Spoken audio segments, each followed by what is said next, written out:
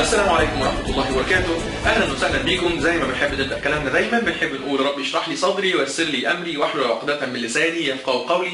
معكم دكتور أحمد أسامة الجويلي، أهلا بكم. النهاردة بناخد فكرة جديدة من الأفكار اللي ممكن تكون تنجح تسويقيا جدا، وللأسف عدد كبير من الصيادلة ممكن ما يكونوش طبقوها داخل صيدلياتهم أو المرة دي خارج صيدلياتهم. أتمنى إن شاء الله أنها تعجبكم على خير. الفكرة باختصار هي طباعة نتيجة ممكن يتم توزيعها عند الأطباء المجاورين للصيدلية.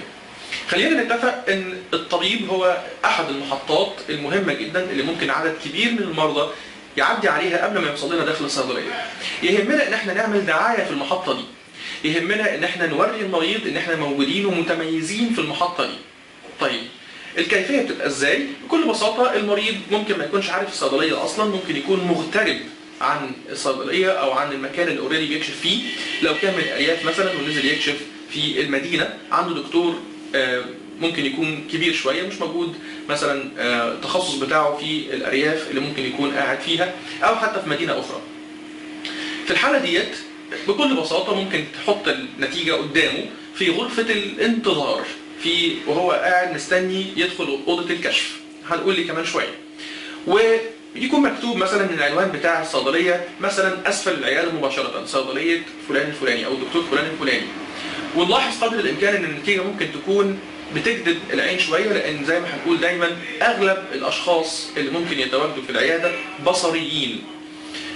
ده أفضل بكتير جدا من إني أعمل حاجة ما تسألوش مني لو قلت إنها رخيصة ويعني سيئة، إن أنا أقول للممرضة اللي موجودة في العيادة أو اللي اوريدي بتاخد الكشف إنها تقول للمريض على إن في صيدلية موجودة ممكن يتجاب منها الكشف أو يتجاب منها العلاج. وأفضل وأقيم بكتير من إني أقول للطبيب إن هو اللي يقول للمريض ينزل يجيب علاجه من الصيدلية دي تحديدا. لا، اللي انا هعمله هو دعايه راقيه، تسويق راقي لصيدليتي. ممكن بكل بساطه اخلي النتيجه دي قدام المريض وهو قاعد منتظر لفترات طويله، ممكن اكتر من نتيجه بالمناسبه.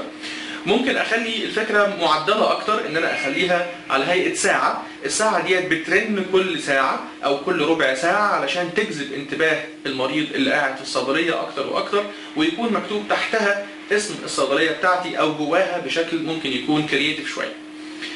كل الكلام ده ما يجيش الا لما تكون علاقتك بالطبيب كويسه، علاقتك بالطبيب محترمه بشكل يسمح بان هو يعني يدخل النتيجه بتاعتك داخل صيدليته او داخل عيادته. انا اسف. الحاجه الاهم انك ممكن تعرض على الطبيب تبادل المنفعه.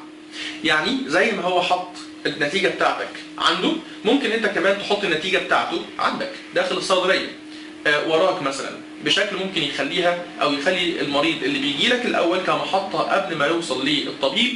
في الحاله ديت برضه يستفيد الطبيب من وراه ويبدا يشوف العياده او اسم العياده بتاعته والتخصص مثلا والفايده اللي ممكن يطلع بيها لو راح له العياده. وبكده يبقى في تبادل منفعه من غير ما حد فينا يخسر الثاني او حد مثلا يحصل مشكله بينه وما بين الطبيب. ببساطة شديدة جدا يهمني انها تكون في غرفة الانتظار النتيجة ديت، علشان العيان يكون فاضي وما راهوش حاجة وقاعد مستني الدخول للكشف، مش وهو داخل غرفة الكشف نفسها. يعني ما تحطش النتيجة على مثلا مكتب الدكتور، ما ينفعش، او مكتب الطبيب ما ينفعش. ليه؟ لان المريض في الحالة ديت بيكون مركز تركيزه كله مع الطبيب في فكرة الكشف وفكرة ان هو يديله الهيستوري بتاعه كويس، ولو كان في اي معلومات ممكن يقولها له او يسمعها منه.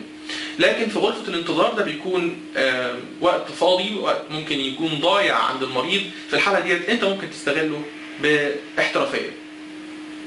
حاول طبعا، ودي اخر حاجة، انك تكتب اهم مميزات الصيدلية، اهم السيلينج بوينتس اللي موجودة عندك داخل الصيدلية. لو انت متميز في مجال الاعشاب او في مجال مستحضرات التجميل او في مجال التراكيب الصيدلانية او في مجال مثلا اي شيء ممكن تكتبه، بحيث ان هو يبقى عامل جذب اكتر واكتر للمريض داخل العياده، بحيث ان هو ما يفكرش ان هو يوصل اي صيدليه ثانيه غير الصيدليه بتاعتك حتى لو كانت بعيده شويه عن مكان العياده. بكده نبقى خلصنا الفكره الاولى النهارده في الفيديو بتاعنا. تعالوا مع بعض نتكلم على الفكره الثانيه اللي ممكن تكون مهمه جدا كاحد اخلاقيات مهنه الصيدله. صيادلة كتير لجأوا خلال ال10 سنين اللي فاتوا انهم يحصلوا على ثقة مرضاهم او يحاولوا قدر الامكان يربطوا مرضاهم بالصيدلية عن طريق انهم يعملوا خصم او ديسكاونت للمرضى. عمل الخصم ممكن ما يكونش طريقة ثابتة او قوية عشان نربط بيها المريض داخل الصيدلية او نخليه يجي لنا الصيدلية دايما، ولكن بيخليه يتحول لكائن مادي بيفكر في الصيدلي على انه كائن اكثر مادية بيكسب اكتر مما هو يستحق. والدليل على كده ان هو بالفعل بيعمل خصم من المكسب بتاعه علشان خاطر يربطني اكتر داخل الصيدليه كبيشنت. كل الحاجات ديت ممكن تكون بتتغرس جوه العقل الباطن للمرضى او المريض المصري، بل في الاكتر من كده كمان، انه لو فكر شويه مع نفسه هيبدا يكتشف ان ممكن لما تعمل انت خصم وتضحي بمكسبك بالشكل ده يبقى اكيد الدواء بتاعك ممكن يكون مغشوش او يكون مضروب او يكون متهرب، او ان يكون ليك مصادر دخل تانية ممكن تكون بتعوض منها الخساره في المكسب ديت او الخساره في الربح بتاعك منها، زي مثلا لا قدر الله هي انك تبيع مخدرات، وده بيضرب مصداقيتك كصيدلي عند المريض في مقتل. وعشان كده تلاقيهم بعد كده المرضى ممكن يخشوا لك الصيدليه ويسالوا السؤال بشكل معكوس، وهو انتوا بتقدموا خصم كام بقى؟ ولما تقول له على نسبه معينه يقول لك ده انا الصيدليه الثانيه اللي جنبكم بجيب منها العلاج بخصم اكتر من خصمكم وليكن كذا. ايه ده؟ لازم المريض يفهم ان هو مش داخل يشتري قوطه، بل انه لما ساعات بيشتري قوطه او طماطم من الراجل في السوق ما بيفاصلش معاه كده، بيفاصل معانا احنا بس. ولو دخل اي هايبر ماركت، فتح الله، كارفور، هايبر وان، اي حاجه، ما بيفاصلش خالص، بل بالعكس لما بيتقال ان الحساب 227 جنيه ونص بيندفع 7 جنيه ونص قبل ال 220.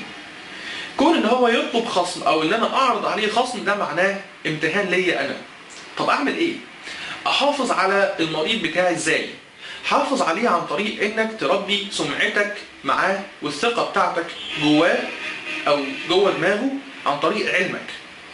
لو العلم لسه مش كفاية وحاسس ان ممكن يكون حواليك حيتان في العلم جنب الصيدلية وعايز تنافسهم كويس، او الصيدليات اللي حواليك ممكن يكون فيها ناس مطورين نفسهم اكتر منك، ممكن تقدم له هدية بسيطة، ممكن فرشة سنان، ممكن كيس شامبو، ممكن علبة شامبو لو واخد حاجة كبيرة، ولكن عشان خاطري ما تربطش انك مثلا لو خد ب 50 جنيه يبقى هياخد خصم 5 جنيه 10% مثلا، او ساعات 20%. انت كده بتثبت له انك ممكن تكون بتكسب حرام من مصادر تانية، او ان العلاج اللي هو بياخده ممكن يكون مغشوش. وعشان كده ناس كتير قوي بتسألني انا بعمل خصم والمريض بيجي لي مرة والتانية والتالتة وبعد كده ما بشوفوش. هو ده السبب.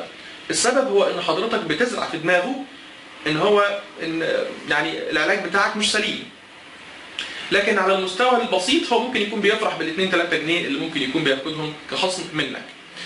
طيب لو المريض هو اللي طلب خصم، في الحالة دي توضح له ببساطة وبأدب ان المكان هو صيدلية محترمة ما بيتعملش فيها خصم للأسباب اللي قلت لحضرتك عليها، من غير ما تتشنج وتتعصب ومن غير ما تحس ان هو داخل يشتري من بقالة و هو لسه ما يعرفش، لانه بكل بساطة ما اتعاملش معاك كتير قبل كده.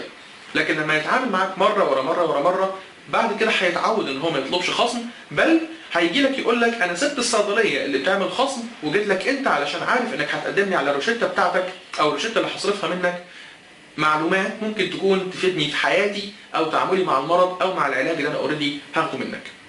وبكده اسمح لي اقول لك ببساطه ان البيشنت كونسلنج تيبس اند تريكس اللي ممكن تقدمها له داخل الصيدليه ممكن هي اللي تكون الرابط الاقوى اللي ممكن يربطه معاك داخل الصيدليه ويخليه يرجع لك من اخر الدنيا ويكشف في المريخ ويجي يصرف من عندك انت الصيدليه او يصرف من الصيدليه عندك الروشته، لانه عارف انه هياخد عليها فاليو ما بتتقدمش في صيدليات كتير غير عند صيدليتك.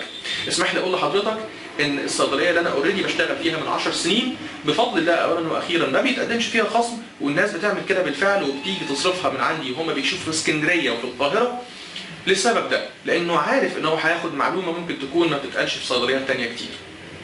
يعني الطريقه نافعه ان شاء الله. بكده ان شاء الله اكون خلصت معاك الفيديو الاول في الرسائل التسويقيه او الافكار التسويقيه اللي ممكن نكون بنقدمها لحضراتكم في الموسم الجديد من الرسائل الصيدلانيه يوميه. اتمنى على خير ان احنا يعني نتقابل كتير اكتر من كده ان شاء الله، وان شاء الله على خير الفيديو اللي جاي ينزل قريب جدا. انتظرونا، ما تروحوش في اي حته. السلام عليكم ورحمه الله وبركاته.